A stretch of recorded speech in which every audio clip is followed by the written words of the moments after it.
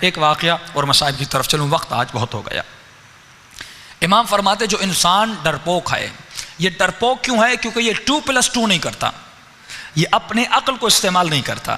کہ میں نے کہا اگر کوئی انسان ڈرپوک ہے، رات کے اندھیرے میں جا کر کوئی ہارر مووی دیکھ کر آئے تو یہ جب گھر میں آئے گا اب رات کو ڈرے گا، یہ لکڑی کو دیکھے گا کہے گا یہ بھی بھوت ہے۔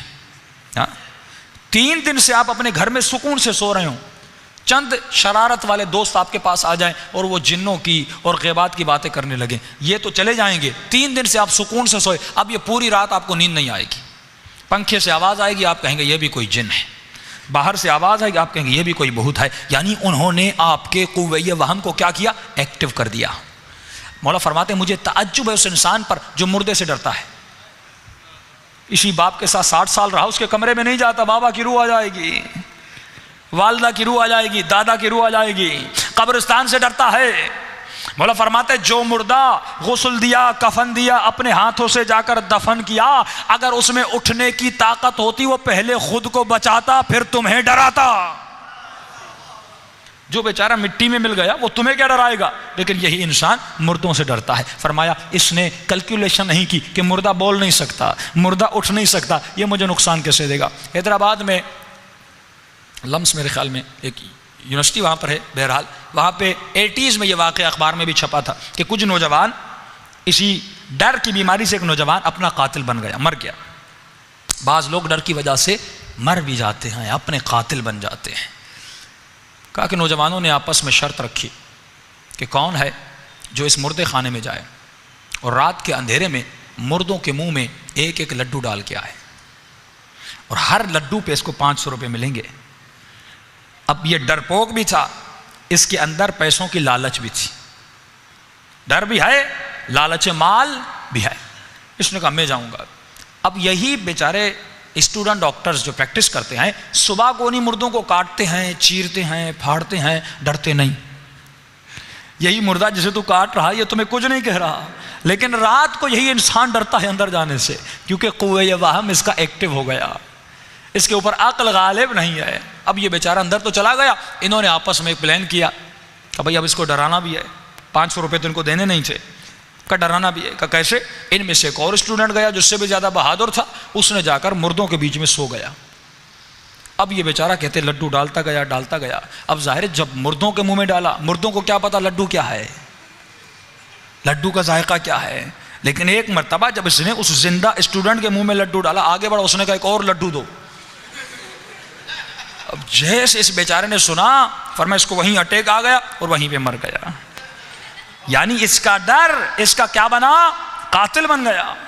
ڈر آپ کا قاتل بن سکتا ہے۔ خواتین، ایک مولانا انگلینڈ میں تھے، وہ مہینے میں 10,000 پاؤنڈ کماتے تھے تعویذوں کے بزنس سے۔ اور مولانا آپ ایسا کتنا کما لیتے ہو؟ ہم نے مجلسوں سے کمائے ہیں، بچوں کو پڑھانے سے کمائے 10,000 پاؤنڈ۔ کہ مولانا کوئی مشکل کام نہیں، میں خواتین کو ڈرا کے کما لیتا ہوں۔ یہ ڈر اتنا ہے کہ بابا بنگالی پتہ نہیں کیا کیا، یہ کیوں بزنس کر رہے ہیں؟ یہ کیوں کہ آپ کے وہم اور خیال پر کیا کر رہے ہیں؟ حکومت کر رہے ہیں، اور اس حکومت کے نتیجے میں وہ آپ کو کماتے بھی ہیں، آپ کو استعمال بھی کرتے ہیں۔ اکثر خواتین کیونکہ ان کے اوپر جذبات اور احساسات کا زیادہ غلبہ ہوتا ہے، وہ ان کے وہم کو استعمال کرتے ہیں۔ مولا اہل بیت علماء اخلاق فرماتے ہیں کہ جو انسان تعویذ سے، جادو سے یا کسی اور مخلوق سے ڈرے، جن سے ڈرے یا کسی اور مخلوق سے ڈرے، اس کے اندر شرک افعالی ہے۔ اس نے ڈر کا مالک کسی اور کو سمجھا، خدا کو نہیں سمجھا، یہ مشرک ہے، مشرک ہے۔ ڈیٹیل میں جائیں تو یہ مشرک ہے۔ اگر ڈرنا ہے تو پروردگار عالم سے، اور مقام افسوس ہے کہ آج کا انسان چپکلی سے ڈرے، آج کا انسان چوہے سے ڈرے، آج کی خواتین کاکروچ سے ڈرے، لیکن مولا فرماتی خدا سے نہیں ڈرتا۔ بد حجاب ہو کر گھومتی ہے، خدا سے نہیں ڈرتی، چپکلی سے ڈرتی ہے۔ اب روایت سنیے معصوم کی، فرمایا جو انسان دنیا میں خدا سے نہ ڈرا لیکن اللہ کی مخلوق سے ڈرا، انہی حیوانات سے ڈرا، فرمایا قیامت کے دن اسی حیوان میں اٹھائی جائے گی، اسی کی شکل میں بلند کیا جائے گا۔ نہ ڈرو۔ اب آپ کہیں کہ مولانا جادو میں کیسے اثر نہیں؟ دیکھیے اس کے، اب کہیں کہ مولانا روایات میں یہ بھی تو ملتا ہے کہ دوپہر کو قبرستان نہ جائیں، تو کیوں نہ جائیں؟ کل میں نے کہا تھا قبرستانوں میں جنات سوتے ہیں۔ معصوم نے فرمایا دوپہر اور رات کے لیٹ نائٹ ان کے سونے کی جگہ ہوتی ہے، تو اگر جانا بھی چاہو تو زبان پر یہ ذکر کیا کرو کہ لا حول ولا قوت الا باللہ العلی العظیم، اور بلند آواز میں کیا کرو تاکہ پروردگار عالم تمہاری آواز ان تک پہنچا دے اور تمہارا راستہ کھول دیں، اور وہ راستہ بناتے بھی ہیں کیونکہ تو اشرف المخلوقات ہے۔ ہاں یہ جادو تمہیں نقصان نہیں دے گا۔ آسان سا ذکر ہے سورہ قل اعوذ برب الناس، قل اعوذ برب الفلق۔ اپنے بچوں کے بازوؤں پہ ہمیشہ باندھ دیا کریں، نہ ان کو نظر لگے گی، نہ ان کے اوپر کوئی اثر ہوگا، نہ ان کے اوپر کوئی نقصان ان بچوں کو نہیں ہوگا، ہمیشہ آپ کے بچے بہادر رہیں گے۔ فرمایا گھر سے نکلو 6 طرف اپنی قل هو اللہ پڑھ دو، 1 مرتبہ آیت الکرسی پڑھ دو، دنیا کی کوئی طاقت تمہیں نقصان نہیں دے سکتی اگر خدا نہ چاہے، اگر پروردگار بتائے۔ جادو کی مثال کے تقبیلہ جادو موسم فرماتا ہے جادو ڈراتا ہے نقصان نہیں دیتا، جادو ڈراتا ہے نقصان آپ کو بالکل نہیں دیتا۔ آپ کہیں گے کیسے؟ قرآن سے دلیل دیتا ہوا چلوں۔ حضرت موسیٰ کے لیے فرمان ہے کہ حضرت موسیٰ علیہ السلام جب ان جادوگروں کے مقابلے میں گئے تو ان جادوگروں نے رسیاں پھینکی، وہ سانپوں میں بدل گئے۔ حضرت موسیٰ نے عصا پھینکی، ایک بہت بڑا اژدہا بن گیا، اس اژدہا نے ان سانپوں کو کھا لیا۔ ایک مرتبہ تمام تر جادوگر موسیٰ کے قدموں میں گر گئے اور کہنے لگے آمنا برب موسیٰ و رب ہارون، ہم رب موسیٰ پر ایمان لے آئے، رب ہارون پر ایمان لے آئے۔ ایک مرتبہ فرعون غصے میں آ گیا کہ بھائی تم نے بھی سانپ بنائے، موسیٰ نے بھی سانپ بنایا، فرق کتنا تھا؟ اس کا سانپ بڑا تھا، تمہارے سانپ چھوٹے تھے، سجدہ کرنے کی کیا ضرورت تھی؟ انہوں نے کہا فرعون ہم جادوگر ہیں، ہمیں پتا ہے کہ جادو کیا ہے اور معجزہ کیا ہے۔ فرمایا ہمارا جادو ڈرا سکتا ہے، کھا نہیں سکتا۔ موسیٰ کے معجزے نے کھا لیا، یہ معجزہ یہ جادو نہیں ہے۔ تو آپ کو صرف ڈرا سکتے ہیں آپ کے وہم کو استعمال کر کے۔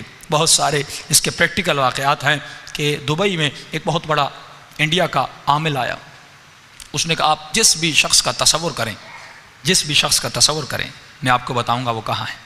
ہمارے ایک مومن کہتے ہیں میں نے ان کا چیلنج ایکسیپٹ کیا، میں نے کہا آپ نہیں بتا سکتے، کبھی میں بتاؤں گا۔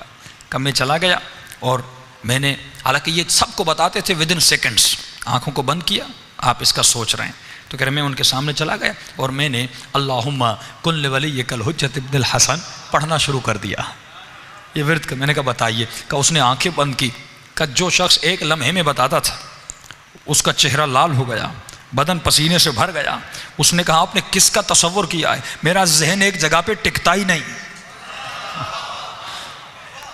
ہر جگہ میرا ذہن جا رہا ہے۔ انہوں نے کہا یہ طاقت امام زمانہ کی طاقت ہے، ایسی ہستیوں کے ماننے والے ہیں آپ، ایسی ازوات مقدسہ کے ماننے والے ہیں آپ، ایسا پاور، ایسی اسپریچولیٹی آپ کے پاس ہے، لیکن ہم بہت دور ہیں ان چیزوں سے۔ ہم انسپائر کن سے ہیں؟ دنیا کے ایکٹروں سے، یہاں کے سنگر سے، یہاں کے مال رکھنے والے لوگوں سے، شہرت یافتہ افراد سے۔ ہمارے بچے، ہمارے خواتین، آج رول ماڈل کون ہیں؟ یہی افراد، دنیا کے مٹیریلسٹ لوگ۔ لیکن مولا فرماتے ہیں جس کا عاشق بنے گا اس کے ساتھ اٹھایا جائے گا، اگر عاشق حسین بنے گا تو حسین کے ساتھ اٹھایا جائے گا، اگر یہ خاتون عاشق زینب بنے گی تو زینب کے ساتھ اٹھائی جائے گی۔